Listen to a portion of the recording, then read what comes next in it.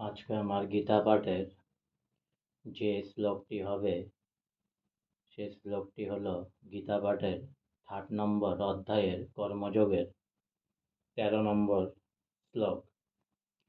যজ্ঞশিষ্টাসীন সন্ত মুচ্যন্তে সর্বকিল্পিষ ভুজ্যন্তে তে ত্রগং পাপাজে পচ্যন্তাত্মকারনাথ। যজ্ঞশিষ্ট মানে যজ্ঞাবশেষ, অসীন মানে ভোজনকারী, সন্ত মানে ভক্তগণ, মুচ্ছন্তে মানে মুক্ত হন, সর্ব মানে সর্বপ্রকার, কিল্পিষয় মানে পাপ থেকে, ভুজ্যন্তে মানে ভোগ করে, তে মানে তারা, তু মানে কিন্তু, অঘম মানে পাপ, পাপা মানে পাপীরা, যে মানে যারা, পচ্যন্তি মানে পাপ করে, আত্মকারানাথ মানে নিজের জন্য।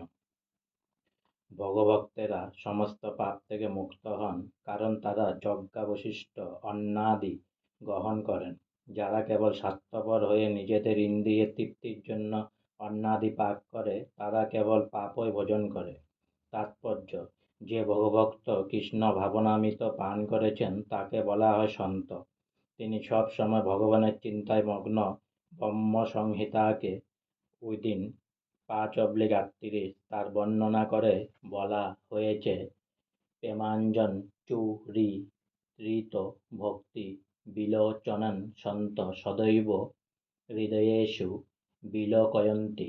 যেহেতু সন্তগণ সদা সর্বদাই পরম পুরুষোত্তম ভগবান গোবিন্দ উইদিন আনন্দ প্রদানকারী অথবা মুকুন্দ মুক্তিদাতা অথবা শ্রীকৃষ্ণ সর্বাকর্ষক পুরুষ এই প্রেমে মগ্ন থাকেন, সেই জন্য তারা ভগবানকে প্রথমে অর্পণ না করে কোনো কিছুই গ্রহণ করেন না। তাই এ ধরনের ভক্তেরা শ্রবণ কীর্তন স্মরণ অর্জন আদি বিধিত ভক্তির অঙ্গের দ্বারা সর্বক্ষণে যজ্ঞ অনুষ্ঠান করছেন, এবং এ সমস্ত অনুষ্ঠানের ফলে তারা কখনোই জড় জগতের কুলস্তার দ্বারা প্রভাবিত হন না। অন্য সমস্ত লোকেরা যারা আত্মতৃপ্তির জন্য নানা রকম উপাদেয় খাদ্য প্রস্তুত করে খায়, শাস্ত্রে তাদের চোর বলে গণ্য করা হয়েছে, এবং তাদের সেই খাদ্যের সঙ্গে সঙ্গে তারা প্রতি গ্রাসে গ্রাসে পাপও গ্রহণ করে। যে মানুষ চোর ও পাপী, সে কি করে সুখী হতে পারে তা কখনো সম্ভব নয়। তাই সর্বত্রভাবে সুখী হবার জন্য তাদের কৃষ্ণ ভাবনায় উন্মত্ত হয়ে সংকীর্তন যজ্ঞ করার শিক্ষা গ্রহণ করতে হবে। তা না হলে এই পৃথিবীতে সুখ ও শান্তি লাভের কোনোই আশাই নেই। আজকে আমার গীতা পাঠের 3 অধ্যায়ের কর্মযোগের 13 নম্বর শ্লোক এখানেই সমাপ্ত হলো।